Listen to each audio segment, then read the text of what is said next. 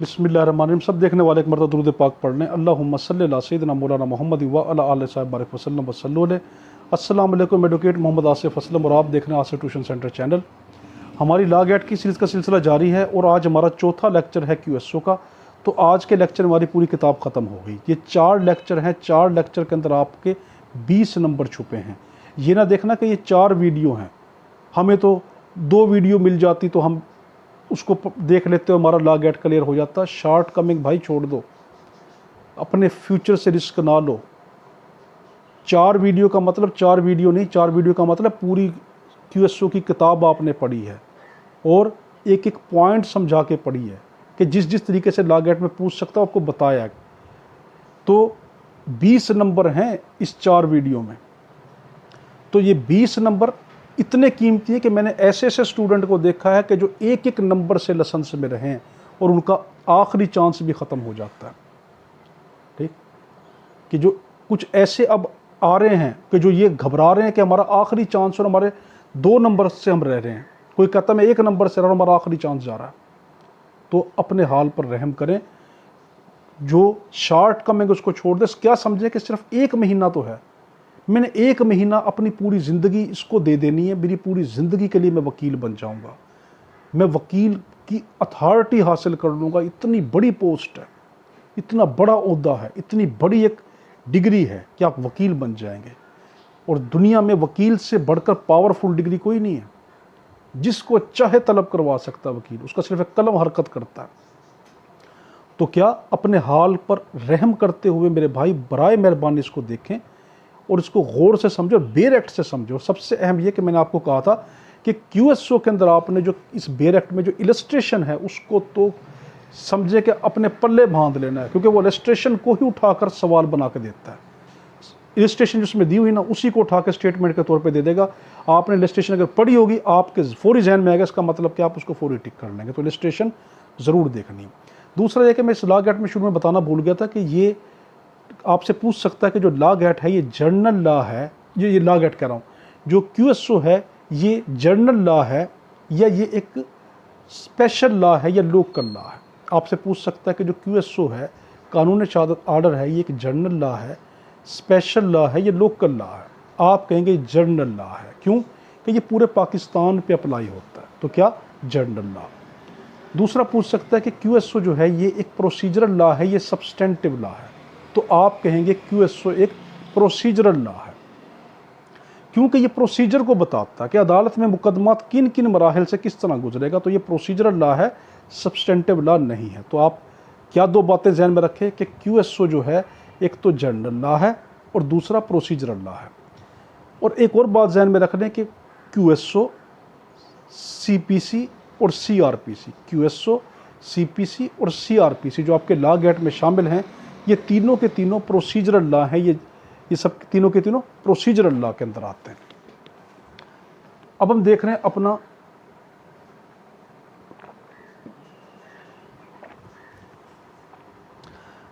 हम शुरू कर रहे हैं अपना अगला जो है आर्टिकल 111। 111 आर्टिकल के अंदर वो ये कहता है, 111 से 113 आर्टिकल वो हैं कि fact which need not be proved. ऐसे फैक्ट के जिनको पार्टी की जिम्मेदारी नहीं है कि उसको प्रूफ करके दिखाए, ये अदालत के जिम्मे होते हैं। आर्टिकल 111 112 क्या बताता है कि वो वाले आर्टिकल जो अदालती जुडिशियल नोटिसेबल फैक्ट होते हैं उसको पार्टी की जिम्मेदारी नहीं है कि उसको प्रूफ करें। मैं मिसाल से बताता हूँ, फिर इसकी लिस्ट बता देता हूँ। मसलन एक शख्स जो है उसने अदालत पे पेशी पे जाना था, रीडर ने गलती से जो है उसको पेशी बता दी और उस दिन अदालत की छुट्टी थी, सरकारी छुट्टी थी। उस दिन ईद मिलादुन्नबी सल्लल्लाहु अलैहि वसल्लम की छुट्टी थी और रीडर से गलती से जो है पेशी लगी उस दिन। और वो शख्स उस दिन जब अदालत पहुंचा तो अदालत बंद थी। जब वो पेशी पे गया, अदालत उसको ये नहीं कहेगी कि आप अदालत पे पेशी पे तो नहीं आए, तो वो ये कहेगा सर उस दिन तो ईद मिलादुन्नबी सल्लल्लाहु अलैहि वसल्लम की छुट्टी थी। तो अदालत उसको ये नहीं कहेगी अब तुम प्रूफ करके दिखाओ कि इस दिन ईद मिलादुन्नबी सल्लल्लाहु अलैहि वसल्लम की छुट्टी थी। तो ये वाले मामला जो अदालत के ज़िम्मे होते हैं कि अदालत उनकी खबर रखे, अदालत उनका नोटिस अपने जहन में रखे, उसको हम क्या कहते हैं कि जुडिशियल नोटिसेबल फैक्ट। वो पार्टी उसको प्रूफ नहीं करेगी, पार्टी उसके मुतालिक कोई सबूत नहीं देगी। ठीक है, तो आपने जहन में ये रखना है। अब 112 आर्टिकल में कौन कौन से हैं कि उनकी लिस्ट बताइए, वो आप लिस्ट उसमें पढ़ लेना, मैं थोड़ा सा आपको यहाँ पे जनरल बता देता हूँ। तमाम पाकिस्तानी कवानीन क्या हैं, कैसे बनते हैं, फ़ौज के कवानीन क्या हैं, किस तरह लागू होते हैं, अदालत के ऑफिस क्या हैं, अदालत के ऑफिसर कौन होते हैं, उनकी मोहरें क्या हैं, उनके दस्तखत क्या होते हैं, उनका ओहदा क्या है, उनकी ड्यूटियाँ क्या हैं, एक पब्लिक ऑफिसर कौन कौन सा पाकिस्तान के अंदर है, उनके कौन कौन से ऑफिस, उनकी कौन कौन सी ड्यूटियाँ, किस किस के सिग्नेचर, कौन सा पब्लिक ऑफिसर क्या करता है, पाकिस्तान के किन ममालिक के साथ जो हैं वो झगड़े हैं, किन ममालिक के साथ दोस्तियाँ हैं, पाकिस्तान का नेशनल फ्लैग क्या है, किसी मुल्क का नेशनल फ्लैग यानी उसका कौमी झंडा क्या है, किस मुल्क की और पाकिस्तान की कौन कौन सी कौमी छुट्टियां हैं, कौन कौन से मसाइल हैं, पाकिस्तान जो है वो किन ममालिक के साथ उसके क्या क्या मुआहदे हैं, पाकिस्तान की हदूद में कौन कौन से इलाके आते हैं, छुट्टियां क्या होती हैं, सारे के सारे जो जुडिशल नोटिसेबल फैक्ट हैं, ये अदालत की ज़िम्मेदारी है अपने ज़िम्मे रखना, शख्स की ज़िम्मेदारी नहीं कि इनके बारे में सबूत देता फिरे। ये 100 आर्टिकल 111 और 112 हमने देख लिया। अब 113, हाँ 112 में आपसे एक और चीज़ पूछ सकता है, वो ये पूछ सकता है कि क्या एक शख्स अदालत को मजबूर कर सकता है कि वो उन फैक्ट का नोटिस ले कि जो जुडिशल नोटिसेबल फैक्ट होते हैं, कि क्या कोई कह सकता कि नहीं आप जो जुडिशल नोटिसेबल फैक्ट है आप इनके बारे में भी सबूत देखें? नहीं, वो अदालत को मजबूर नहीं कर सकता। अब आपसे पूछ सकता है कि कौन सी ऐसी कंडीशन है को अदालत को मजबूर कर सकता है? हाँ, वो तब मजबूर अदालत को कर सकता है, अदालत को कह सकता है, मजबूर तो नहीं, उसको कह सकता है अदालत को कि आप अगर वो कोई किताब या कोई ऐसा पुख्ता सबूत ले आए कि जो उस जुडिशल नोटिसेबल फैक्ट को हिला मारता हो, उसको तनाज़ा बना देता हो, जुडिशल नोटिसेबल फैक्ट कुछ और कह रहा हो, वो किताब या कोई वो सबूत कुछ और कह रहा हो, तब वो अदालत को कह सकता है कि आप इसका नोटिस ले लें कि देखें आप जिसको जो नोटिस है वो कोई और चीज़ है, मेरे पास जो सबूत है ये है, अब आप देख लें कि क्या करना है। अब इस मामले को अगर अदालत समझे कि हाँ मैं इसका नोटिस ले लूँ, तो अदालत नोटिस ले सकती है, वैसे ही मजबूर नहीं कर सकता। लागेट में पूछ सकता, आपको वैसे ही मजबूर नहीं कर सकता। हाँ, वो कोई पुख्ता सबूत ले आए तो अदालत की सवाबदीद पे है, ठीक है, डिस्क्रिशन पावर अदालत की कि अदालत चाहे तो उसका नोटिस ले सकती है, वैसे नहीं। 113 आर्टिकल के अंदर हमें यह बताया गया कि एडमिसिबल जो फैक्ट होते हैं, जो एक पार्टी मान लेती है, उसका भी सबूत अदालत नहीं मांगेगी। मिसाल के तौर के ऊपर मेरा एक शख्स के साथ मुआहदा है, मैंने उस मुआहदे पे एग्रीमेंट पे मैंने साइन कर दिए, अब बाद में मैं मुकर जाता हूँ कि ये मैंने साइन नहीं किया और हमारा केस अदालत में चला जाता है, केस चलता रहता है और दरमियान में मैं तंग आकर मान जाता हूँ, चलो ठीक है जी मैंने ये साइन किया, मैं अदालत से कहता हूँ कि जैसे अब ये साइन मैंने किए। अब अदालत मुझसे ये नहीं कहेगी क्योंकि मैंने मान लिया कि मैंने किए हैं, तो अदालत ये नहीं कहेगी अब तुम साबित करो तुमने ये साइन किए हैं, तुम बेशक मान तो चुके हो मगर तुम साबित करके दिखाओ तुमने किस कमरे में बैठ के साइन किए थे, किन हालात में किए थे, क्या ये नहीं करेगी। तो सिंपल वर्डिंग में जब कोई पार्टी किसी बात को मान लेती है, एडमिसिबल कर लेती है, कि चीज़ का एडमिशन कर लेती है, उसको तस्लीम कर लेती है, तो उसके मुतालिक अब अदालत उससे सबूत नहीं मांगती, क्योंकि अदालत चाहती है कि जब एक केस ख़त्म हो रहा है उसको जल्द अज जल्द केस को निपटाएं, क्योंकि एक नहीं लाखों केस अदालत के अंदर पेंडिंग पड़े होते हैं। हमारे पास है आगे अगला 114 चैप्टर 8 शुरू हो चुका, एस्टॉपल। एस्टॉपल किसको कहेंगे, पहले इसको मिसाल से समझें।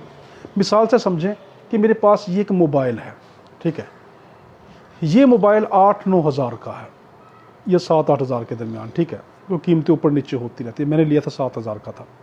तो ये मोबाइल जो है फॉर एग्ज़ाम्पल, तो अब ये मोबाइल इस वक्त मार्केट में 8-9 हज़ार का दरमियान बिक रहा है।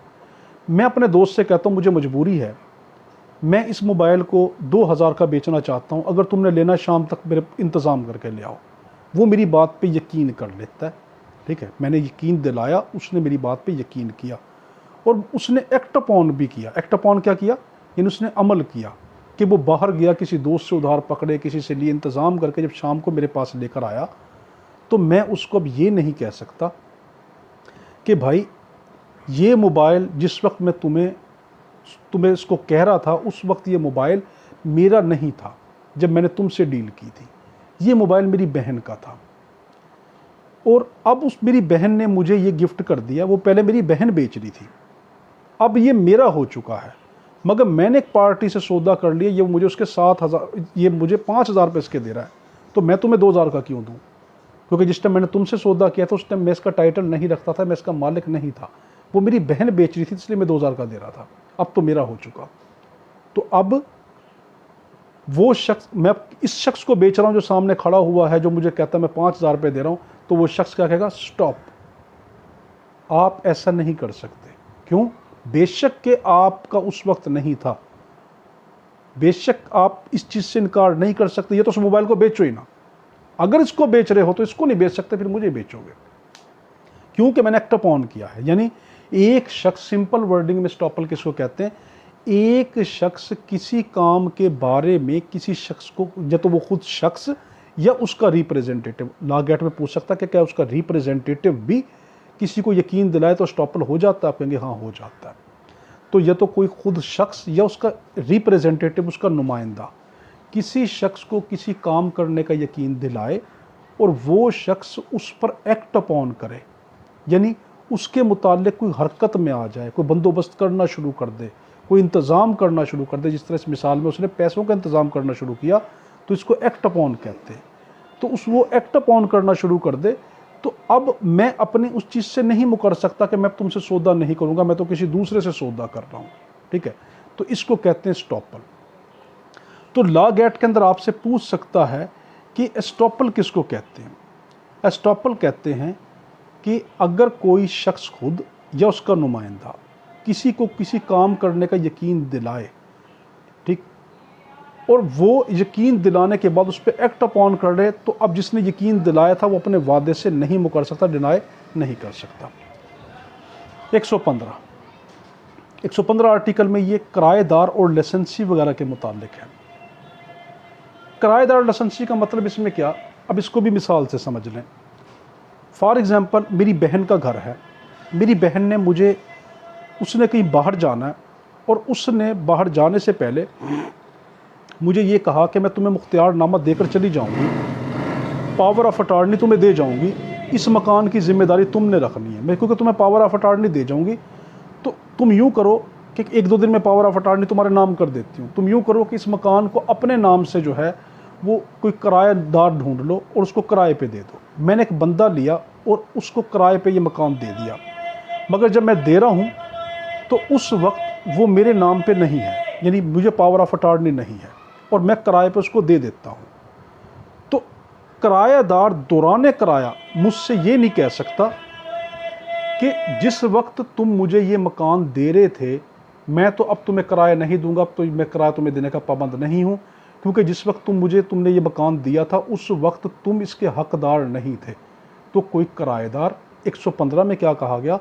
एक किराएदार या एक लाइसेंसी, दौरान किराएदार, किराए के दौरान, या लाइसेंसी जो अपने लाइसेंस के दौरान, वो ये नहीं कह सकता, मालिक को ये नहीं कह सकता कि जिस वक्त तुमने मुझे ये लाइसेंस दिया था या जिस वक्त तुमने मुझे ये मकान किराए पे दिया था तो तुम उसके लीगली इंटाइटल्ड नहीं थे, तुम उसके हकदार नहीं थे, तो मैं तुम्हें किराया नहीं देता, ये तुम्हारी बात नहीं मानता।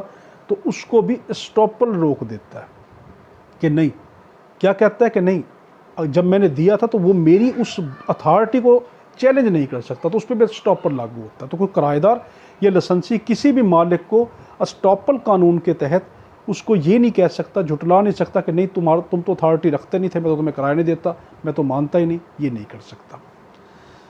116 बताता है कि बिल ऑफ एक्सचेंज, ठीक है, बेली और लाइसेंसी, इनके मुतालिक बताता कि ये लोग भी असल मालिक से इनकार नहीं कर सकते। बिल ऑफ एक्सचेंज किसी ने उस पर इंडोर्स करके दिया हो ड्रॉन करने के लिए, ठीक है, या कोई लाइसेंसी हो, उसने किसी को लाइसेंस दिया हो, ठीक है, कोई लाइसेंसी हो, लाइसेंस जारी हुआ हो, या कोई बेली जो हो, वो क्या है कि वो इनकार नहीं कर सकता। यानी अब इसको मैं मिसाल से समझाता हूँ। डाकिया जो है वो बेली है, ठीक है, तो अब डाकिया जो है ये बेल मिंट कानून के अंदर आता है। तो डाकिए का काम है, ये बेल मिंट में डाकिया है, कि उसका काम ये है कि मैंने अगर कोई ख़त या कोई पार्सल किसी एड्रेस पे भेजा तो उस डाकिए का काम ये है कि जिस एड्रेस पे मैंने भेजा चुप करके उस एड्रेस पे जाए और जिसके नाम पे भेजा है वो पार्सल उसको दे के आ जाए। अब डाकिया ये नहीं कर सकता कि जी तुमने जिसको भेजा है मुझे तो ये पता है कि ये बंदा वो इस चीज़ को लेने का हकदार नहीं है। और भाई तुम कौन होते हो, मैंने जिसको जो भेजा है वो तुम उसको जाके दे कर आओ। तो इस आर्टिकल 116 में ये कहा गया कि कोई बिल ऑफ एक्सचेंज, ठीक है, कोई लाइसेंसी या बेली, ये कोई भी बंदे ये जो होते हैं इस तरह की कैटेगरी के, वो लोग जिसको जो काम करने के लिए मैंने उनको जिम्मेदारी दी है कि तुमने इसको ये चीज़ दे देनी है, इसके नाम ये चीज़ जारी कर देनी, तो वो अपनी उस ड्यूटी से इनकार नहीं कर सकते। डाकिए का काम क्या है, जहाँ उसको मैंने भेजा है वो उस मौके पे जाके उसको पार्सल पहुँचाए, ठीक है, इसमें ये कहा। मगर 116 में आपको ये कह सकता है कि अब आप ये बताएं कि क्या एक डाकिया ऐसा कर सकता है कि जिस शख्स को के पास उसने भेजा है पार्सल उसकी जगह पे किसी और को दे दे? हाँ, वो कर सकता है। आम हालात में नहीं कर सकता, स्पेशल हालात में कर सकता है कि मगर जब वो करेगा तो उसको साबित करना पड़ेगा कि उसने ऐसा क्यों किया। गुड टाइटल उसको साबित करना पड़ेगा। मिसाल के तौर पर मैंने जिस शख्स के पास कोई सामान भेजा, ठीक है, वो सामान जो मैंने एड्रेस के ऊपर भेजा तो डाकिए ने उसको ना दिया बल्कि उस घर में कोई दूसरा रहता था उसको दे दिया, क्योंकि डाकिया उस इलाके को जानता था। डाकिए ने क्या कहा कि मुझे पता है कि ये वाला शख्स जो है जिसको तुमने भेजा गलती से इसका नाम लिखा गया और ये शख्स तो चोर है, असल मालिक इस घर का ये है, तो उस असल मालिक को पकड़ा के गया। तो जिसको गुड टाइटल शो करके दिखाना पड़ेगा कि जिसके नाम पे भेजा गया था वो बंदा गलत था, ठीक है, और जो उस घर का असल मालिक है वो कोई और है, ये बंदा तो वहाँ पे सिर्फ आता जाता रहता है, ये यानी उसको गुड टाइटल शो करना पड़ेगा, तो फिर वो किसी दूसरे को दे सकता है। तो लॉ एक्ट में अगर आपसे पूछिए कि क्या इस तरह कर सकता है तो आप कहेंगे हाँ, मगर वो गुड टाइटल शो करेगा, गुड रीज़न शो करेगा, वो बताएगा कि हाँ मैंने ऐसा क्यों किया है। अब है हमारे पास आर्टिकल 117 कि बर्डन ऑफ प्रूफ किसके जिम्मे होता है। हमारा चैप्टर 9 शुरू हो गया और पार्ट 3 शुरू हो गया। चैप्टर 9 में जो बर्डन ऑफ प्रूफ है ये 117 से 127 तक, ये चीज़ें आपने जहन में रखनी है, क्योंकि इसके मुतालिक ये पूछ सकता है कि 118 जो है वो किससे रिलेटेड है, क्या बर्डन ऑफ प्रूफ से रिलेटेड है या वो स्टॉपल है, ठीक है। तो आपके जब जहन में ये है कि 117 से 127 तक बर्डन ऑफ प्रूफ को लेकर चल रहा है तो आप फिर उसको आसानी से टिक कर सकते हैं कि तो बर्डन ऑफ प्रूफ है, ये स्टॉपल नहीं है। तो 117 से 127 तक बर्डन ऑफ प्रूफ है।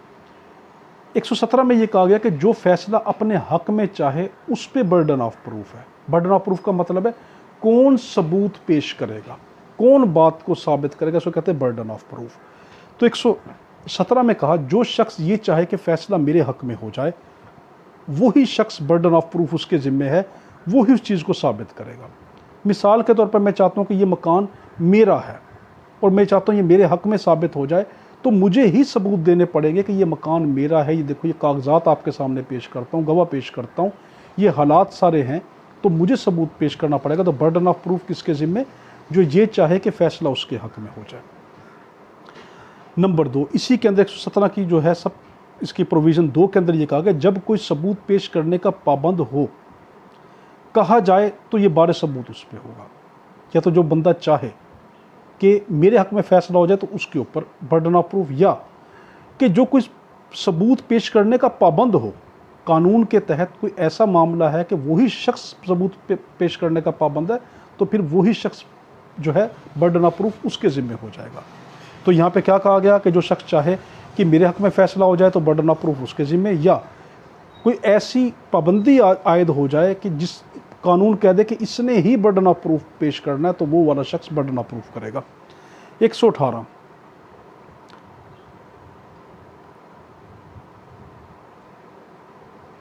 उसमें कहा गया कि बर्डन ऑफ प्रूफ किसके ज़िम्मे और होगा। यहाँ पे एक और बात भी कहेगी, एक और तफसील बता देगी कि बर्डन ऑफ प्रूफ उसके ज़िम्मे भी है कि अगर उसने बर्डन ऑफ प्रूफ ना दिया तो वो नाकाम हो जाएगा, ठीक है। एक यहाँ पे और बात बता देगी कि बर्डन ऑफ प्रूफ उस थर्ड पर्सन, एक ऐसे बंदे के ज़िम्मे भी है 2 का तो हमने ऊपर जिक्र कर लिया, तीसरा 118 में बता दिया कि उस शख्स के ज़िम्मे भी बर्डन ऑफ प्रूफ है कि जिसने अगर वो सबूत पेश ना किया तो वो नाकाम हो जाएगा। मैं फॉर एग्ज़ाम्पल मैंने ये कहा कि ये जो है ये मोबाइल मेरा है और मैंने अगर बर्डन ऑफ प्रूफ पेश ना किया तो मैं नाकाम हो जाऊंगा, मोबाइल मेरे हाथ से छिन जाएगा, दूसरे को चला जाएगा। तो बर्डन ऑफ प्रूफ उसके ज़िम्मे भी होता है कि जिसने अगर ना पेश किया तो वो नाकाम हो जाएगा। अब यहाँ पे कहा गया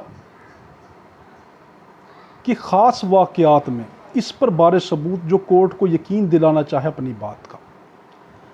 119 में ये कहा गया कि burden of proof as to particular fact, कि कोई बंदा किसी ख़ास वाक़यात को जानता हो, किसी ख़ास वाक़े को साबित करना चाहता हो, तो फिर बर्डन ऑफ प्रूफ उसके ज़िम्मे भी है जो कोई ख़ास वाक़े को अदालत के ज़रिए से साबित करवाना चाहता हो। तो देखो ये अब हमने इसकी एक और रीज़न पढ़ ली कि इसके ज़िम्मे भी बर्डन ऑफ प्रूफ।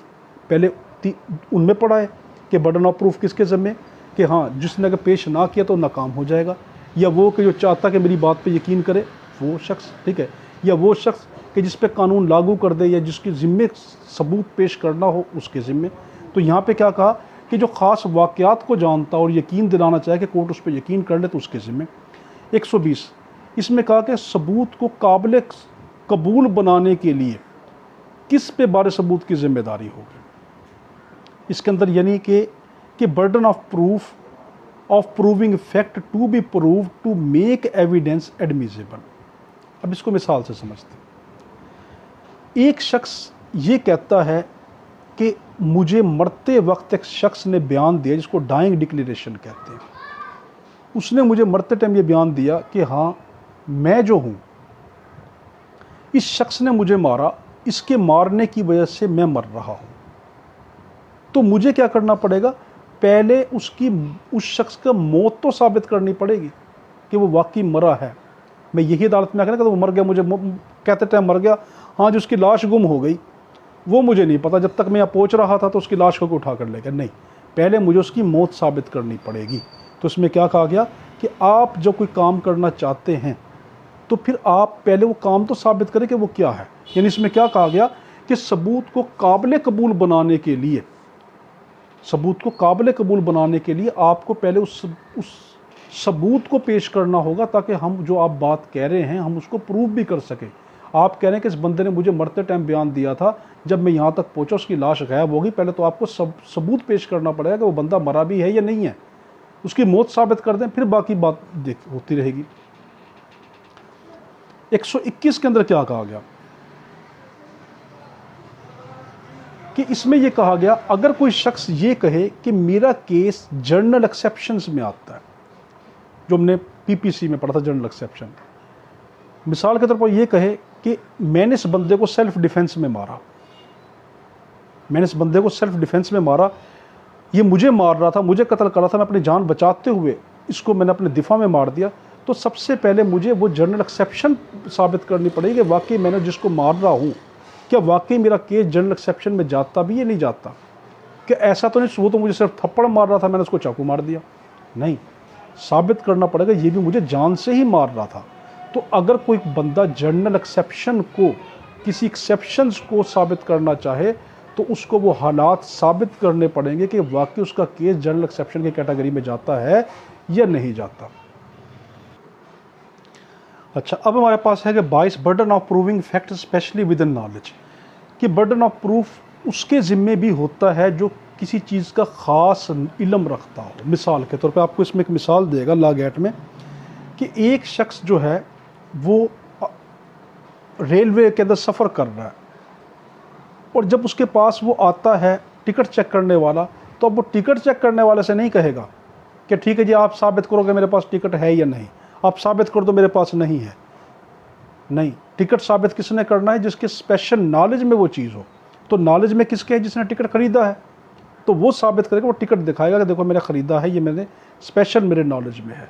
तो यानी किसी शख्स के नॉलेज में कोई चीज़ हो तो वो ही साबित करेगा। तो आपको यहाँ पे टिकट चेक करने वाले की जिम्मेदारी नहीं है कि वो साबित करता फिर कि इसके पास टिकट नहीं था तो मैंने उसको पकड़ा, नहीं, बल्कि जिसके पास स्पेशल नॉलेज है टिकट का वो टिकट अपना दिखाएगा। अगर नहीं दिखा सका तो उस पर केस होगा या जुर्माना भरेगा, या दिखा दिया तो बस ठीक है। 123 में ये कहा गया कि ऐसे शख्स की मौत का बारे सबूत किस पे होगा कि मालूम हो कि 30 साल के अंदर जिंदा था। यानी एक शख्स जो है वो 30 साल के अंदर अंदर जिंदा था, पता था बंदे को 30 साल के इस अरसे में वो शख्स जिंदा था, तो सबूत किस पे होगा कि वो शख्स मर गया है या जिंदा है? तो सबूत, बारे सबूत, बर्डन ऑफ प्रूफ उस पे होगा कि जो ये साबित करना चाहे कि ये शख्स मर चुका है। ठीक है, जो उसका मारना साबित करेगा। याद रखना, आपसे पूछ सकता है कि एक शख्स, लागत पूछ सकता है कि एक शख्स का ये पता है, इल्म है कि ये 30 साल के अरसे के अंदर अंदर जिंदा था। अब कौन बंदा सबूत पेश करेगा इसके मुतालिक? क्या वो बंदा सबूत पेश करेगा जो उसको मारना साबित कर रहा है, या वो प्रूफ पेश करेगा जो उसका जिंदा होना साबित कर रहा है? तो जिंदा होना जो साबित कर रहा है वो प्रूफ साबित नहीं करेगा। बड़ा अहम सवाल है ये। कौन साबित करेगा? जो उसको मारना साबित करना चाहता है, जो ये कह रहा है कि नहीं ये मर चुका है, तो वो साबित करे कि हाँ वो मर चुका है। जो ये कहता है नहीं वो तो जिंदा था, तो उसको सबूत पेश करने की ज़रूरत नहीं, बल्कि जो उसको मारना साबित करना चाहता है वो शख्स प्रूफ पेश करेगा। अगला है 124 कि कोई शख्स 7 साल से लापता और उसकी ज़िंदगी का कोई इल्म नहीं उनके घर वालों को। तो एक शख्स 7 साल से लापता है और उसके जो बाकी अजीज़ अकारब जिनको उसका इल्म होना चाहिए था उनको भी नहीं पता वो ज़िंदा है या मुर्दा है। तो अब जो है कौन साबित करेगा कि वो शख्स ज़िंदा है या मुर्दा है? इस मामले के अंदर वो साबित करेगा कि जो उसको ज़िंदा तस्लीम करवाना चाहता। देखो ऊपर वाले में वो साबित कर रहा था जो उसको मरना तस्लीम करवाना चाहता है, नीचे 124 उसका उल्ट है। यहाँ पे वो शख्स साबित करेगा जिसको ज़िंदा होना तस्लीम करवाना चाहता है, जो अदालत में ये साबित करना चाहता है कि अदालत ये कह दे कि हाँ वो ज़िंदा है। तो 124 में जो ज़िंदा तस्लीम करवाना चाहता है वो साबित करेगा, 123 में जो उसको मारना साबित करना चाहता है वो सबूत पेश करेगा। तो बर्डन ऑफ प्रूफ इन पे होगा। आगे है इसके अंदर कि अगर कोई पार्टनर्स हैं, कोई ज़मींदार है, किराएदार है, मालिक है, एजेंट है, तो उनकी आपस में जो एग्रीमेंट है कि ये आपस में रहे हैं। देखो एक बंदा ये कि मैं इसका किराएदार रहा हूँ, दूसरा कहता मैं नहीं रहा। एक बंदा कहता है कि जी मैं इसका पार्टनर रहा हूँ, दूसरा कहता मैं नहीं रहा। एक मालिक कहता है कि ये मेरा एजेंट रहा है, एजेंट कहता मैं इसका मालिक नहीं रहा। ऐसे हालात में कौन साबित करेगा? कि जो इनकार कर रहा है वो साबित करेगा कि मैं नहीं रहा, या वो साबित करेगा जो कहता जी हमारा इसके अंदर पार्टनरशिप थी? तो जो ख़त्म करना चाहता है ना, तो बारे सबूत उस पर है जो इस पार्टनरशिप को, इस लिंक को, इस मुआहदे को जो ख़त्म करना चाहता है वो साबित करेगा। मिसाल के तौर पे मैं ये कहता हूँ कि नहीं जी हमारा तो क्या नाम है पार्टनरशिप नहीं है या ख़त्म हो चुकी है, या मैं कहता हूँ हमारी पार्टनरशिप ख़त्म हो चुकी है, थी ख़त्म हो चुकी, तो अब मैं साबित करूँगा ख़त्म हो चुकी। ये एक एजेंट है, वो अपने मालिक के बाद से अब हट चुका, उसका एजेंट नहीं रहा, तो अब वो साबित करेगा कि जो ये कहेगा कि मैं अब एजेंट नहीं रहा। जो ख़त्म करना चाहता है इस रिश्ते को, सिंपल वर्डिंग में जिस रिश्ते को ख़त्म करना चाहता है वो साबित करेगा। 126 है कि अगर किसी शख्स के पास कोई मलकियत भी है और कब्ज़ा भी रखता हो, तब बारे सबूत उस पर है जो मलकियत ना रखने का दावा करे। एक शख्स के पास मलकियत भी है और उसके पास उसका सबूत भी है, यानी उसकी पोजेशन भी है और वो कहता है मैं मालिक भी हूँ। अब बर्डन ऑफ प्रूफ किसके पे चला जाएगा? बर्डन ऑफ प्रूफ उस पे चला जाएगा जो उस मलकियत को ना रखने का दावा करता हो, जो ये कहे कि नहीं ये शख्स मालिक नहीं। मिसाल के तौर पर मैं अपने मकान में रहता भी हूँ और मैं ये कहता हूँ ये मकान मेरा भी है। अब वो बंदा जो ये कहता है कि नहीं ये मकान आसिफ का नहीं है, ये मलकियत इसकी नहीं है, तो अब वो साबित करेगा। मैं साबित नहीं करता फिरूंगा कि ये मकान तो मेरा है, क्योंकि जो बंदा ये कह रहा है कि आसिफ का मकान नहीं है, तो वो साबित करेगा जो इनकार करता है, जो मलकियत को इनकार कर रहा है। 127 इसमें यह कहता है कि दो बंदों के दरमियान ट्रांजैक्शन हुई, दो बंदों के दरमियान अगर कोई एग्रीमेंट होता है, कोई मामला होता है, उसमें एक एक्टिव पोजीशन पर है और दूसरा पैसिव पोजीशन पर है। और एक्टिव पोजीशन वाला ये कहता है कि हाँ मैंने गुड फेथ के अंदर ये मामला किया। मिसाल के तौर पर मैंने अपने एक स्टूडेंट से ये कहा कि तुम अपना ये मोबाइल जो है, ये अपना क्या नाम है, ये लैपटॉप तुम मुझे दे दो और मैं तुम्हें इसके पैसे देता हूँ, मैं तुम्हें 30,000 रुपये देता हूँ।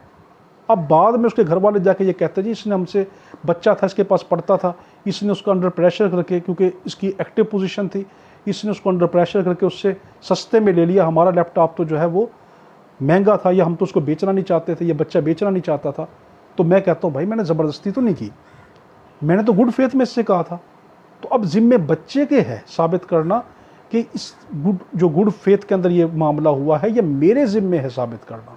तो याद रखना, जो एक्टिव पोजीशन पे होगा वो साबित करेगा कि मैंने गुड फेथ के अंदर अच्छी नीयत के साथ बिल्कुल साफ़ सुथरा ये मुआहदा किया। तो मैं एक्टिव पोजीशन पे था, उस्ताद था, तो मैं साबित करूँगा। तो जो बंदा एक्टिव पोजीशन पे होता है तो वो ट्रांजैक्शन की गुड फेथ को वो ही साबित करता है।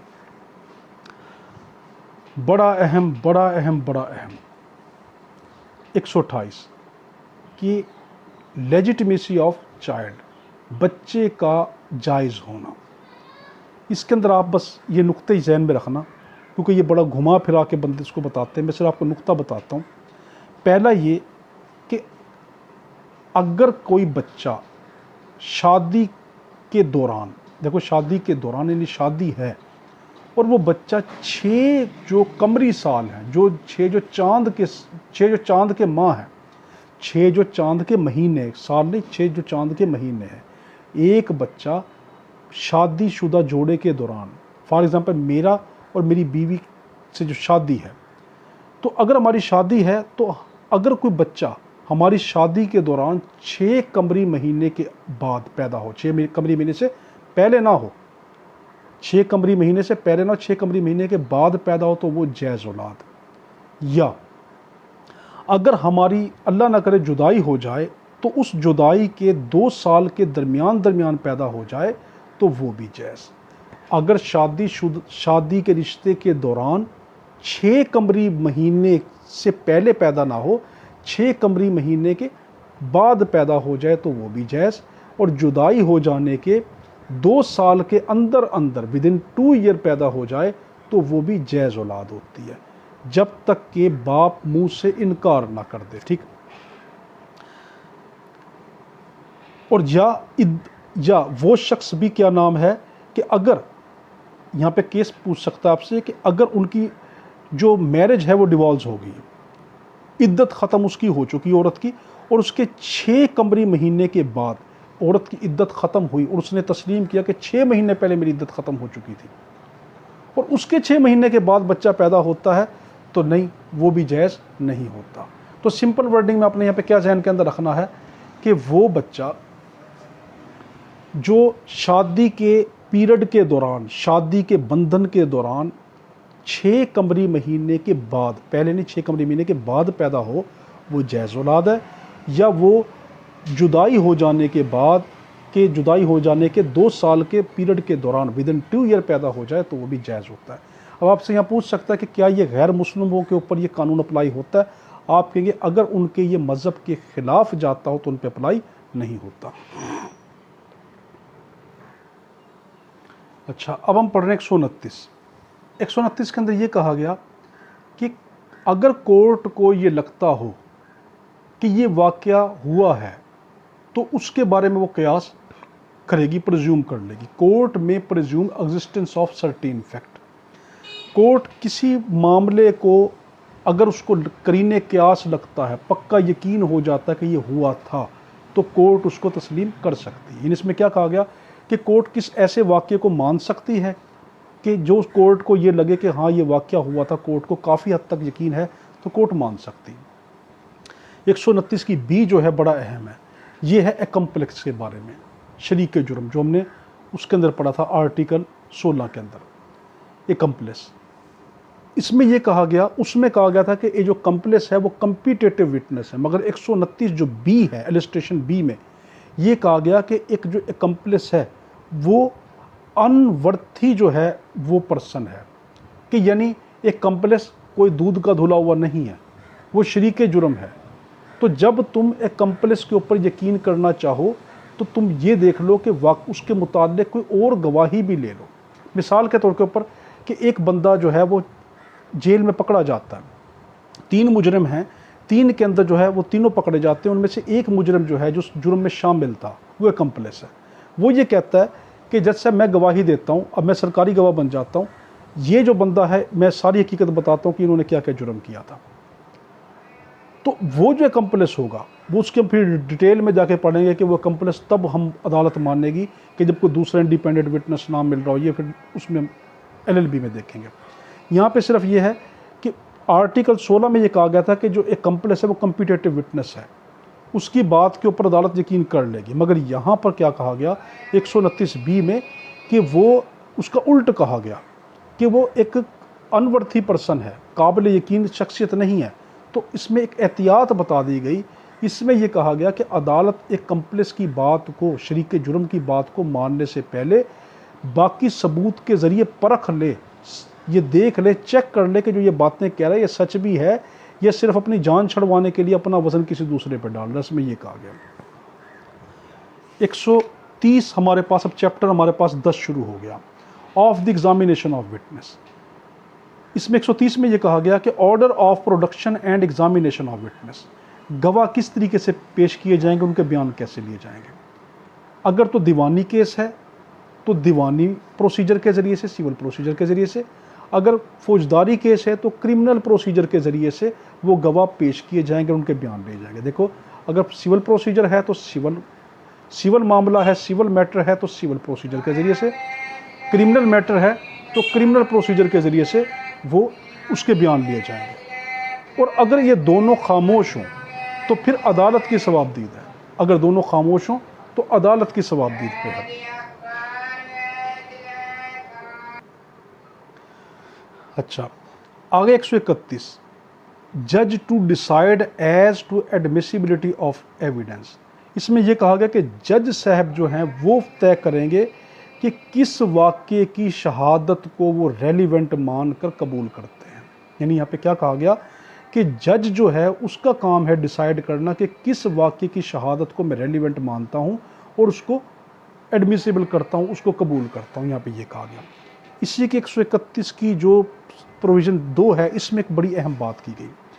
उसमें यह कहा गया कि अगर दो वाक़यात आपस में एक दूसरे के साथ जुड़े हुए हों, एक वाक़या दूसरे वाक़ये जुड़ा, पहला वाक़या जो है यानी एक वाक़या इस तरीके से जुड़ा, मिसाल के तौर पर एक बंदा ये कहता है कि एक औरत ने दावा दायर किया कि मैं इसकी बीवी हूँ और ये मेरे बच्चों का ख़र्चा नहीं देता, ना नुफ़्क़े को उसने दावा दायर किया।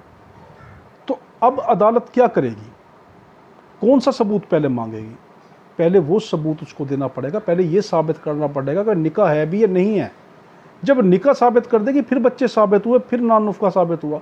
तो यानी दो वाक़यात अगर ऐसे हों जो एक दूसरे से मुंसलिक हों तो अदालत क्या करेगी, पहले वाक़ये को पहले तस्लीम करवाएगी। ये कहेगी पहले निकाह तो साबित करो बीबी कि आपका निकाह है भी या नहीं है। निकाह है तब तुम इसकी बीवी हो, जब तुम बीवी हो तब ये उसके बच्चे हैं, तभी तो उसका खर्चा देगा, वरना नहीं। तो इसमें ये कहा। और इसके तीसरी प्रोविज़न के अंदर ये कहा गया कि दो वाक़यात आपस में इस तरह हों कि एक का कुछ हिस्सा उस पर निसार करता है, कुछ हिस्सा उस पर निसार करता है, ठीक है, इंटरकनेक्टेबल आपस के अंदर हैं। तो उसके अंदर अदालत की सवाबदीद है कि वो क्या करे, पहले वाले को पहले सबूत पेश करवा दे या दूसरे वाले के करवा दे। इसमें ये कहा गया। अब है हमारे पास 132। इसमें यह कहा गया एग्जामिनेशन इन चीफ किसको कहते हैं, बड़ा अहम है। एग्जामिनेशन चीफ किसको कहते हैं? जो पार्टी जो किसी गवाह को बुलवाती है, जो कॉलिंग पार्टी होती है जो गवाह को बुलवाती है, वो उस अपने गवाह का जो बयान लेगी बग़ैर रुके बयानिया सूरत में, ठीक है, उसको कहते हैं हम एग्जामिनेशन इन चीफ। मिसाल के तौर पर मैं अपना कोई गवाह पेश करना चाहता हूँ, मैंने अपने गवाहों को बुलवाया, तो बुलवाकर अब जो मैं उनका बयान अदालत में पहला जो बयान ले रहा हूँ बग़ैर किसी रोक टोक के, आप मुझे बताएं क्या क्या हुआ था, उसको क्या कहते हैं? Examination in chief. Cross examination किसको कहते हैं? अब जो मैंने गवाह बुलवाया था, जो कॉलिंग पार्टी तो मैं था, यानी मैंने बुलवाया था, उसी गवाह का जो बयान अगर एडवर्स पार्टी ले, मुखालिफ पार्टी अगर उसके ऊपर जरा करे, तो उसको क्या कहते हैं? Cross examination. कॉलिंग पार्टी यानी मैंने बुलवाया था अपने गवाह को, मैं उसका जो बयान दिलवा रहा हूँ, ये एग्जामिनेशन इन चीफ कहलाता है। और उसी शख्स को जिसको मैंने बुलवाया था, जो बयान दे रहा था मेरा गवाह, उसके ऊपर जो मुखालिफ वकील उससे सवाल पूछेगा, उस पर जरा करेगा, उसको क्रॉस एग्जामिनेशन कहते हैं। आगे है कि तीसरा इसके अंदर कि री एग्जामिनेशन किसको कहते हैं? री एग्जामिनेशन उसको कहेंगे कि कॉलिंग पार्टी ही यानी मैंने जिस गवाह को बुलवाया था, मैं अपने ही गवाह के खिलाफ खुद गवाह बयान लेना शुरू कर दूं, इसको री एग्जामिनेशन कहते हैं। इसको ज़रा गौर से समझे री एग्जामिनेशन को। इसको कहते हैं होस्टाइल विटनेस।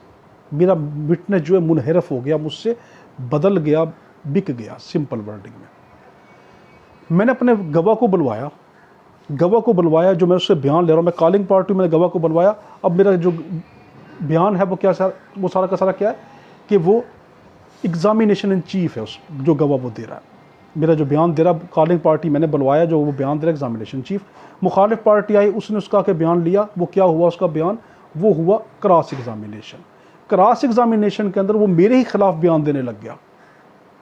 तो अब मैं जज साहब से इजाज़त लेकर के, जज साहब ये मेरे खिलाफ बयान दे रहा, केस को बिगाड़ रहा है, ठीक है, यानी केस को ये गुमराह कर रहा है, तो मैं अपने गवाह के ऊपर खुद जरा करना चाहता हूँ, अपने गवाह से खुद पूछना चाहता हूँ ऐसा क्यों कर रहा है। तो जो कॉलिंग पार्टी अपने ही गवाह के खिलाफ कोई बयान लेती है, उसको री एग्जामिनेशन कहते हैं, ठीक है। आगे 133 ऑर्डर ऑफ एग्जामिनेशन। 133 में ये कहा गया ऑर्डर ऑफ एग्जामिनेशन क्या होगा? उसमें ये कि पहले चीफ एग्जामिनेशन होगा, फिर क्रॉस एग्जामिनेशन होगा, उसके बाद री एग्जामिनेशन। पहले चीफ एग्जामिनेशन, फिर क्रॉस एग्जामिनेशन, फिर री एग्जामिनेशन। इसी की प्रोविज़न 2 के अंदर ये कहा गया कि चीफ एग्जामिनेशन जो है और क्रॉस एग्जामिनेशन जो है ये रेलिवेंट वाक्य से रिलेटेड हो। चीफ एग्जामिनेशन और क्रॉस एग्जामिनेशन जो है ये रेलिवेंट वाक्य से रिलेटेड हो। मगर यहाँ पे एक और बात भी की गई, वो ये की गई कि चीफ एग्जामिनेशन पाबंद नहीं है, ये क्रॉस एग्जामिनेशन पाबंद नहीं है चीफ एग्जामिनेशन का। बड़ी अहम बात की गई, लागाटे पूछ सकता है कि क्या क्रॉस एग्जामिनेशन जो जरा है, क्रॉस एग्जामिनेशन वो चीफ एग्जामिनेशन के ताबे है, कि वो सिर्फ वही सवाल क्रॉस एग्जामिनेशन में पूछ सकता है कि जो चीफ एग्जामिनेशन में उसने बताया है? नहीं, क्रॉस एग्जामिनेशन में वो सवाल भी पूछ सकता है जो चीफ एग्जामिनेशन के अंदर उसने नहीं बताए। तो क्रॉस एग्जामिनेशन पाबंद नहीं है किसकी? चीफ एग्जामिनेशन की। अब यहाँ पे इसकी प्रोविजन 3 में बताया कि अगर क्रॉस एग्जामिनेशन के अंदर कोई नया मामला साबित आ जाए, जरा हो रही थी, कोई नया मामला सामने आ जाए, तो मुखालिफ वकील को हक है कि उसके ऊपर क्रॉस एग्जामिनेशन कर सकता है। क्रॉस एग्जामिनेशन के अंदर अगर कोई नया मामला साबित आ जाए तो जो दूसरा मुखालिफ वकील होगा वो भी उस मामले के ऊपर क्रॉस एग्जामिनेशन जरा कर सकता है। अब यहाँ पर है कि cross examination of person called to produce a document.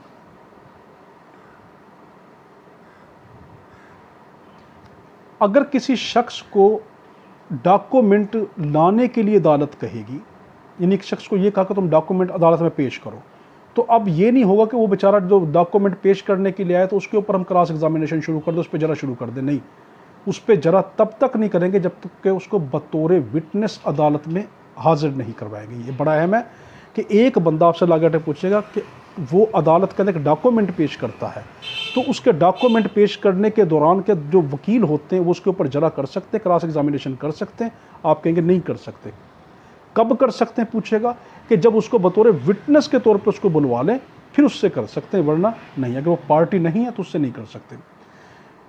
इसके मुताबिक है कि 135 है कि विटनेस के चाल चलन, यानी विटनेस टू कैरेक्टर, विटनेस के चाल चलन के जो गवाह होंगे उस पर क्रॉस एग्जामिनेशन और री एग्जामिनेशन हो सकता है। जो चाल चलन के जो गवाह होते हैं, जो ये बताते हैं कि शख्स का चाल चलन कैसा था, उन पे क्रॉस एग्जामिनेशन भी हो सकता है, उन पे री एग्जामिनेशन भी हो सकता है। बड़ा अहम है कि जो चाल चलन के जो गवाह होते हैं, जो करेक्टर ऑफ टू विटनेस होते हैं, जो विटनेस टू करेक्टर होते हैं, क्या उनके ऊपर क्रॉस एग्जामिनेशन और उनके ऊपर री एग्जामिनेशन होता है? आप कहेंगे हाँ, हो सकता है। 136 ये कहा कि लीडिंग क्वेश्चन किसको कहते हैं? लीडिंग क्वेश्चन उसको कहते हैं कि वो क्वेश्चन कि जो एक शख्स ये चाहे कि जो मैं चाहता हूँ ये वही जवाब दे। मसलन मैं एक बंदे से ये क्वेश्चन करता हूँ, देखो तुमने ये क्या नाम है, ये वही बंदा है ना कि जिस वक्त तुमने इसको अपनी आँखों से देखा था तो ये अपने हाथों से उसको मार रहा था ना? तो जो मैं ये क्या कर रहा हूँ, उसको लीड कर रहा हूँ, यानी उसको फीड कर रहा हूँ, उसके जहन में डाल रहा हूँ कि वो ये वाली बात मेरी कह दे, हाँ ये वही है। नहीं, मैं ऐसे नहीं पूछूंगा। मैं क्या पूछूंगा, जब तुमने इसको देखा तो ये क्या कर रहा था, यूँ पूछूंगा। यूँ नहीं कहूँगा, लीडिंग क्वेश्चन नहीं करूँगा कि देख जब तुमने इसको देखा था ये वही बंदा है ना जो सामने वाले बंदे को अपने हाथों से मार रहा था, देखो अपनी आंखों से देखो ये वही है ना, ये लीडिंग क्वेश्चन बन गया। तो इसको कहते हैं लीडिंग क्वेश्चन कौन सा, कि जो किसी बात को मैं अपने फेवर में करवाना चाहूँ उस तरह का घुमा फिरा के को मैं सवाल कहूँ। सिंपल वर्डिंग के अंदर इसको ये भी कहा जा सकता है कि जिसके जवाब हाँ ना में दिए जा सकते हों। क्या मैं कहूँ ये वही बंदा है ना कि जिसको तुमने अपनी आंखों से उसको मारते देखा होगा, हाँ, तो ऐसे सवाल जिसका जवाब हाँ या ना में दिया जा सकता हो वो भी लीडिंग क्वेश्चन होते हैं। उनकी डिटेल बहुत डिटेल में पढ़ेंगे LLB में जाकर। हाँ, वो पूछ सकता है इसके अंदर कि लीडिंग क्वेश्चन की इजाज़त किसके अंदर होती है।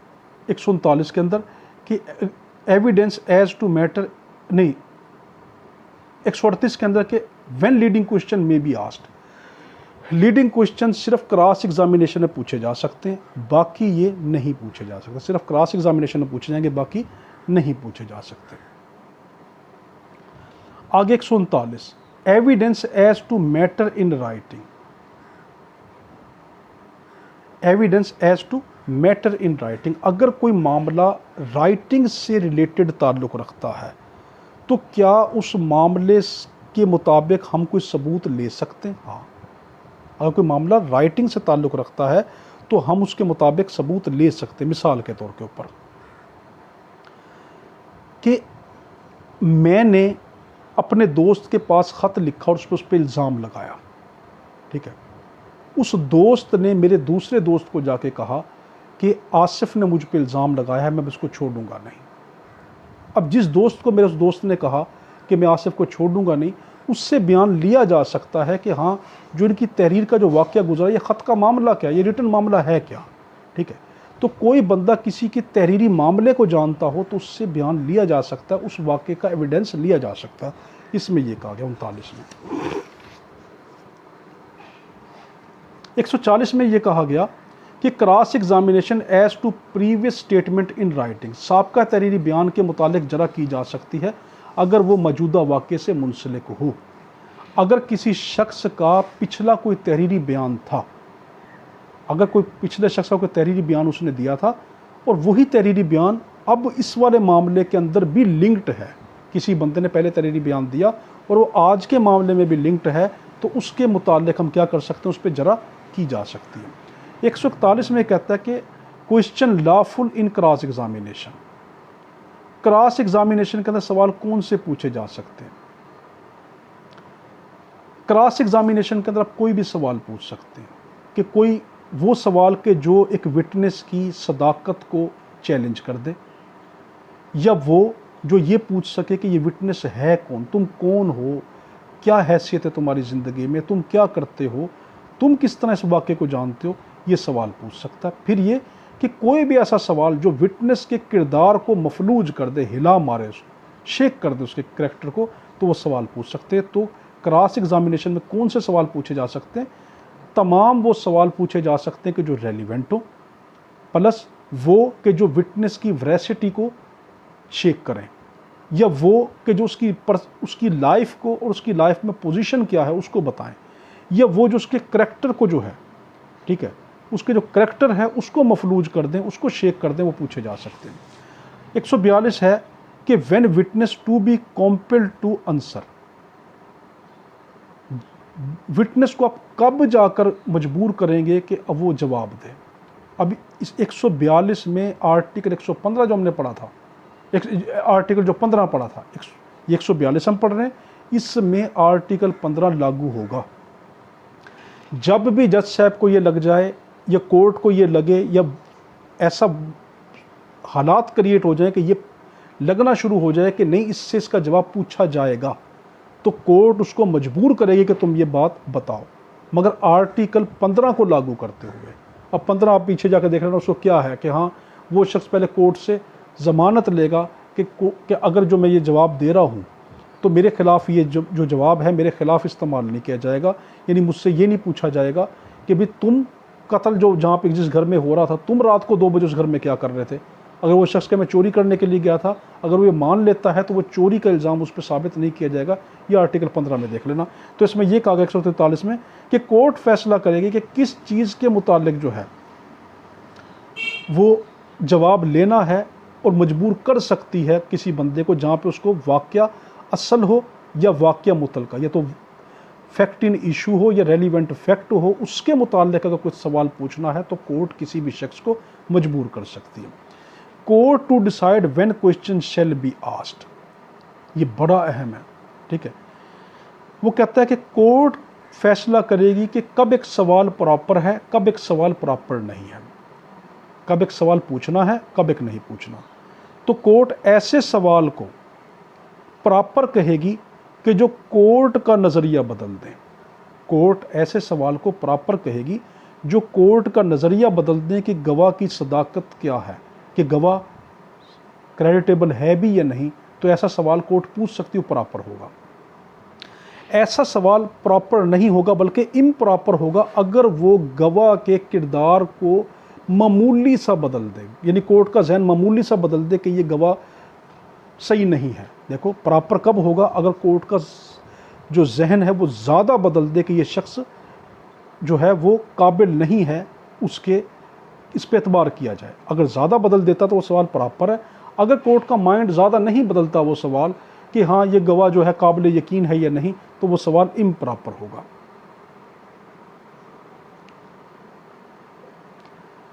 आगे है 144। 143 के तहत सिर्फ वो सवाल पूछे जाएंगे जो बेबुनियाद नहीं, ठीक है। 144 के अंदर ये कहा गया कि 143 में हमने जो भी पूछा है कि कौन सा सवाल प्रॉपर है, कौन सा इम्प्रॉपर है, वो सवाल पूछे जा सकते हैं जो बेबुनियाद ना हो, बेसलेस ना हो, वो हम पूछेंगे। जो रीज़नेबल सवाल हो वो हम पूछ सकते हैं। 145 में ये कहा गया कि अगर एक वकील, उसको रोका भी जा रहा अदालत की तरफ से कि आप इस तरह के जो है स्कैंडलस सवाल ना पूछें, इस तरह के मामलात आप ना करें, तो फिर भी वो वकील जो है वो बात नहीं मान रहा, तुम क्या करेंगे? तो फिर जो कोर्ट होगी उस वकील की जो कंप्लेंट है वो किसको करेगी? हाई कोर्ट को करेगी, और साथ उसकी मुतलका जो अथॉरिटी है जिसके तहत वो काम करता है, ठीक है, यानी उसकी जो कौंसल होगी, बार कौंसल, उसको जो है उसकी रिपोर्ट करेगी कि इस वकील ने जो है इस तरह हमारी बात नहीं मानी।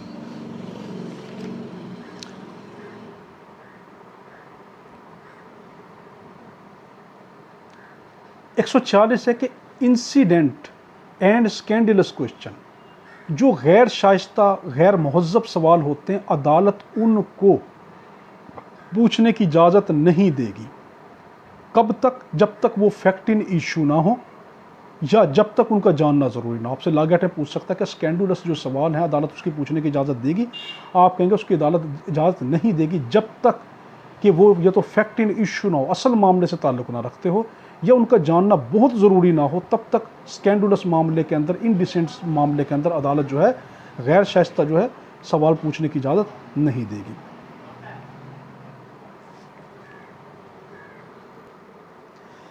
आगे हमारे पास 147, उसमें यह कहा गया जब तक कोर्ट मालूम ना कर ले या नताइज को कलम बंद ना कर ले, तब तक ऐसे सवाल की इजाज़त नहीं देगी कि जो किसी शख्स को, वो चाहे ज़िंदा हो या चाहे मुर्दा हो, उसके किरदार को बुरी तरीके से मफलूज कर दें। तो कोर्ट जब तक अच्छे तरीके से मालूम ना कर ले, यकीन ना कर ले, या उसको रिटन कलम बंद ना कर ले, तब तक वो किसी ज़िंदा या मुर्दा शख्स के किरदार को जो बुरी तरीके से कोई चीज़ मफलूज कर सकती है उसकी इजाज़त नहीं देगी। 148 में कहा गया कि क्वेश्चन इंटेंडेड टू इंसल्ट और अनॉय, वो सवाल, इसमें शेल का लफ्ज़ आएगा। 148 में शेल फॉरबिड आएगा, मे फॉरबिड नहीं बल्कि शेल फॉरबिड आएगा, कि कोर्ट ज़रूर रोकेगी उस सवाल को जो किसी शख्स की तौहीन करेंगे, रंज पहुँचाएंगे, उसको ज़रूर रोक देगी। 149 में क्या कहा गया कि कोर्ट उन सवालात को जिनका मकसद सिर्फ़ और सिर्फ ये है कि बाकी बेतुका मकसद है, सिर्फ ये कि मैं उस शख्स को के किरदार को जो है मफलूज कर दूं, बाकी और कोई उसका मकसद नहीं है, सिर्फ उस विटनेस को बुरे तरीके से जलील कर देना है। यानी सिंपल वर्डिंग में जिसका मामला सिर्फ विटनेस को बुरे तरीके से जलील कर देना है, उसके बारे के अंदर कोर्ट उसको इजाज़त नहीं देगी। अब हाँ, आपसे ये पूछ सकता है कि पिछली सज़ा की इजाज़त पिछली सज़ा को साबित करने की इजाज़त दे सकती है? हाँ, दे सकती है, क्योंकि पिछली सज़ा हुई थी। अब आपको यहाँ पे एक और चीज़ पूछ सकता है इसी के अंदर, वो ये पूछ सकता है 149 में कि एक शख्स को ये कहा गया कि तुम्हें पिछली नौकरी से फ्रॉड के वजह से निकाला गया था, इस नौकरी में भी जिसमें तुम्हारा केस चल रहा है ये भी नौकरी फ्रॉड से ताल्लुक़ रखती है, कि यहाँ भी तुमने फ्रॉड किया इसलिए तुम्हें निकाला गया, तुम कहते हो मैंने फ्रॉड नहीं किया गया। अगर वो शख्स कहता है कि मैंने पिछली नौकरी में फ्रॉड नहीं किया था, तो अब इसको साबित किया जा सकता है, इसके मुतालिक अदालत सबूत कह सकती है कि कार्रवाई करो और देखो कि इसने पिछली नौकरी के अंदर जो था वो इसने फ्रॉड किया था या नहीं किया था, क्योंकि ये वाला फ्रॉड का मामला इस वाले फ्रॉड के मामले से ताल्लुक़ रखता है। आगे 150 होस्टाइल विटनेस। होस्टाइल विटनेस क्या, मैं अभी पहले बता चुका हूँ कि अगर मैंने किसी विटनेस को, मैं कॉलिंग पार्टी था, मैंने अपने हक़ के मामले में एक विटनेस को बुलाया, गवाह को बुलवाया और वो मेरे ही खिलाफ बयान देने लग गया, तो मैं कोर्ट को क्या कहूँगा, कोर्ट कि ये जो है जज साहब, ये जो विटनेस है मैंने इसको बुलवाया, ये वाक़ई को गुमराह कर रहा है, ये पहले कुछ और कहता था अब कुछ और कह रहा है। ये नहीं कहूँगा मेरे खिलाफ बयान दे रहा है। देखो, मैं ये कह दूँ कि मेरे खिलाफ बयान देना चाहता है तो इसलिए मैं इसको होस्टाइल इसको डिक्लेयर कर दें, नहीं।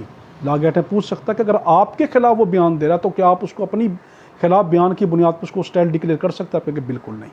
क्या, बल्कि कोर्ट को गुमराह कर रहा है, इसलिए उसको होस्टाइल डिक्लेयर करके अब मैं अपने ही उस गवाह को जिसको मैंने बुलवाया था उसके खिलाफ जरा करूँगा, उससे सवाल पूछूंगा तुम ऐसा क्यों कर रहे हो। ठीक है। अब 155 impeachment of character of witness. आप करैक्टर के किरदार को किस तरीके से इम्पीच कर सकते हैं, यानी असल अदालत में जो मुखालिफ वकील होता है, सिंपल वर्डिंग में देख लें, मुखालिफ वकील की कोशिश होती है मैं किसी तरीके से इस विटनेस के किरदार को मफलूज कर दूं, अदालत के जहन में ले आऊं कि ये जो विटनेस है ये काबिल एतबार नहीं है, झूठ बोलता है। अब 151 में ये कहा गया किस तरीके से वो साबित कर सकता है।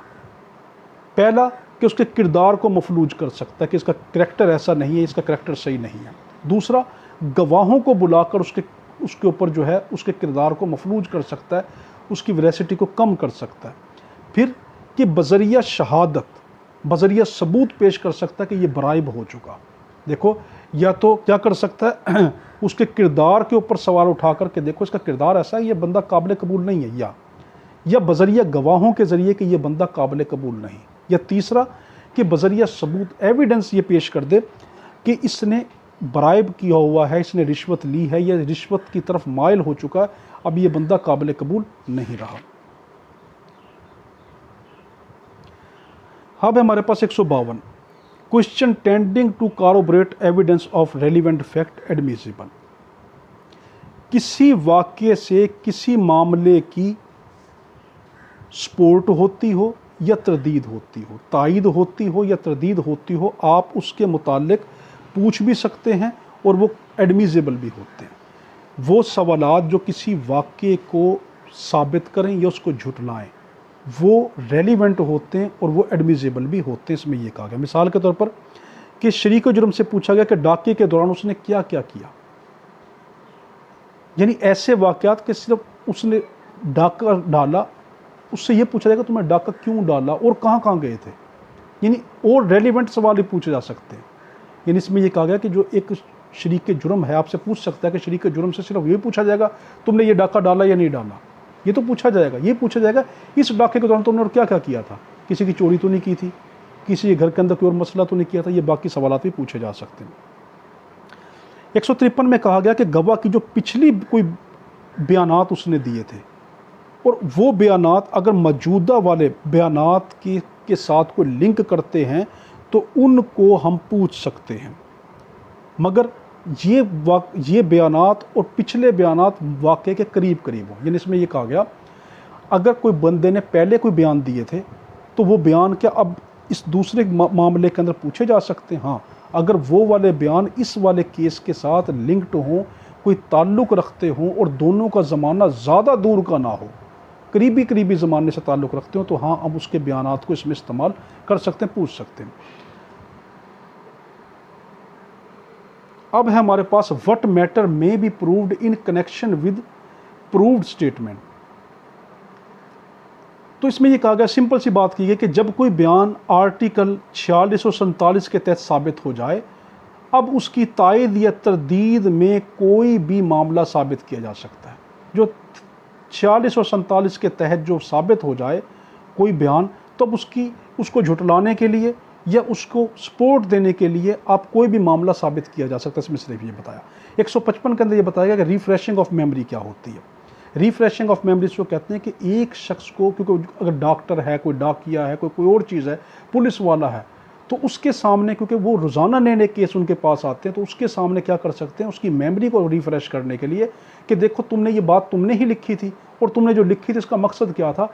तो जिस रजिस्टर में उसने लिखी थी या जिस किताब का वो हवाला लेना चाहे, तो वो किताब बतौर सबूत उसके आगे, उसको मेमोरी फ्रेश करने के तौर के ऊपर उसके आगे रखी जा सकती है कि आप देखें इसमें आप क्या कहना चाहते थे। तो यानी इसको कहते हैं रिफ्रेशिंग ऑफ मेमोरी, कि एक वाक्य को क्लियर करने के लिए अदालत किसी के सामने कोई किताब, रजिस्टर, उसकी तहरीर या किसी और की तहरीर को रख सकती है। आगे है कि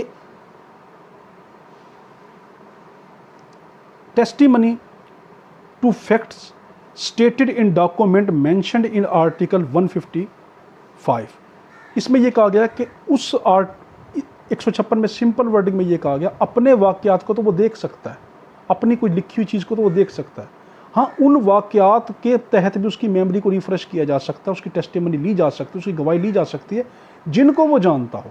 मिसाल के तौर पर एक उसको चौकीदार को बुलवाया गया, उसको कहा गया तुम्हारी मौजूदगी के अंदर तो ये नहीं लिखा गया था, मगर तुम ये बताओ कि इस रजिस्टर में जो बात लिखी गई है कि ये सच हो सकती है। वो कहेगा हाँ, क्योंकि इस रजिस्टर में जो बातें लिखी जाती हैं वो सच ही होती हैं, तो मैं ये कह सकता हूँ कि हाँ आप इसकी बात को मानना जा सकता है, बाकी आप अपना खुद देख लो। तो यानी दूसरे वाक़यात के अंदर जो उससे रिलेटेड हो उसमें उसकी गवाही ली जा सकती है, उसकी टेस्टिमनी ली जा सकती है। अब है 157 में ये कहा गया कि जब हम कोई डॉक्यूमेंट रिफ्रेशिंग ऑफ मेमोरी के तौर पे किसी को देंगे, जैसे हमने डाकिए को उसको दिया, चौकीदार को, कि आप देखिए ये रजिस्टर आपने देखा था, तो जो मुखालिफ वकील है उसका हक बनता है कि वो डॉक्यूमेंट लेके चेक कर सकता है, दिखाएं जी आप मुझे पहले चेक कराएं, आप इसके हाथ में कौन सा डॉक्यूमेंट दे रहे हैं। कभी ऐसा तो नहीं कोई चीज़ लिख के दे रहे हो कि मेरे केस को जो ख़राब कर सकती हो।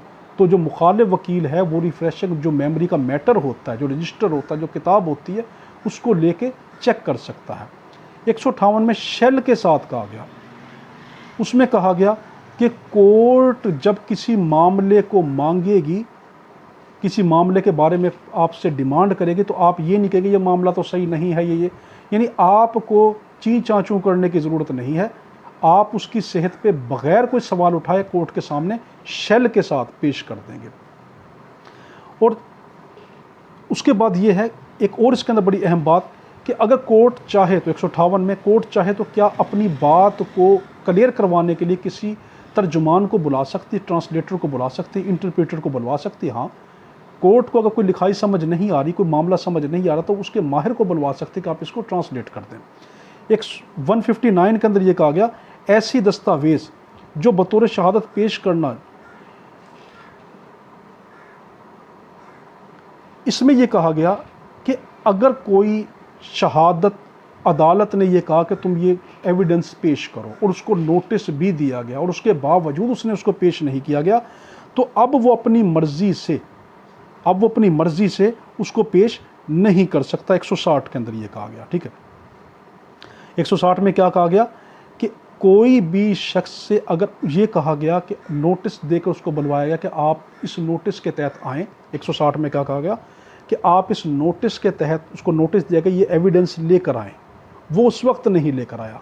अब वो शख्स बाद में ये नहीं कर सकता कि ठीक है जी मैं भी मानता हूँ इस वक्त और मेरा दूसरा पार्टी भी कहती है कि हम ये आगे अब इसको पेश करना चाहते हैं, उस वक्त हमने पेश नहीं किया था, अब पेश करना चाहते हैं, अब ये पेश नहीं कर सकते। हाँ, आपसे पूछेगा कब इसको पेश कर सकते हैं, जब अदालत इजाज़त दे दे तब कर सकते, बगैर अदालत की इजाज़त के पेश नहीं कर सकते।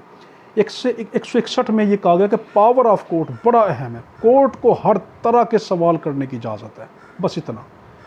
जो भी क्वेश्चन कोर्ट चाहे, जिस मामले में भी चाहे, जिससे भी चाहे, वकील से चाहे, एनीवन, किसी भी शख्स से चाहे, वो कर सकते, वो जवाब देने का पाबंद है। 162 के अंदर ये कहा गया कि नया ट्रायल इस बुनियाद पे कोई शुरू नहीं करवा सकता कि वो ये कहे कि जो पहले शहादत ली गई थी वो सही तरीके से नहीं ली गई थी, या जो सबूत जो थे वो एडमिसिबल सही तरीके से नहीं हुए। सिर्फ महज मामूली बातों पे, यानी इसमें क्या कहा गया 162 में, मामूली बातों के ऊपर कोई भी शख्स कोर्ट से नया ट्रायल शुरू नहीं करवा सकता। 163 के अंदर ये कहा गया कि फौजदारी मामला और हदूद का मामला ना हो। देखो बड़ा अहम है, फौजदारी मामला और हदूद का मामला ना हो। बाकी मामलात में एक मुद्दई, ठीक है, जो मुद्दई पार्टी होती है वो क्या, प्लेंटिफ जो होता है वो क्या कह सकता है, वो ये कह सकता है कि हाँ जो मुल्ज़िम है वो आके कुरान उठा ले, कसम उठा ले, तो मैं अपना केस वापस ले लूँगा।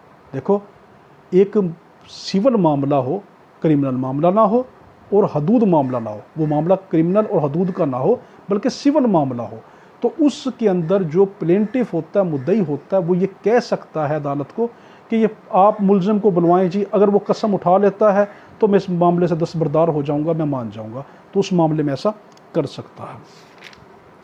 164 के अंदर ये कहा गया मॉडर्न डिवाइसेस, यहाँ पे लफ्ज़ में बड़ा अहम है, शैल नहीं, अदालत चाहे तो मे कंसीडर एप्रोप्राइट, अदालत उसको चाहे तो उसको मॉडर्न डिवाइस को ले सकते हैं, कि शैल नहीं बल्कि मे के तौर के ऊपर अदालत चाहे तो उसको जदीद आलात को, जदीद मॉडर्न डिवाइसेस के बयानात को कबूल कर सकती है।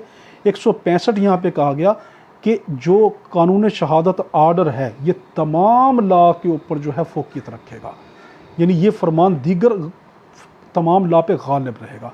और 166 आखिरी कि इसने किसको रिपील किया था, कानून शहादत आर्डर ने किसको रिपील किया था, आप कहेंगे इसने एविडेंस एक्ट 1872 को रिपील किया था। अल्हम्दुलिल्लाह हमारा QSO जो है कंप्लीट हो गया लॉ गेट के हवाले से। हमारे दुआ कर डाला, अल्लाह हाफिज़।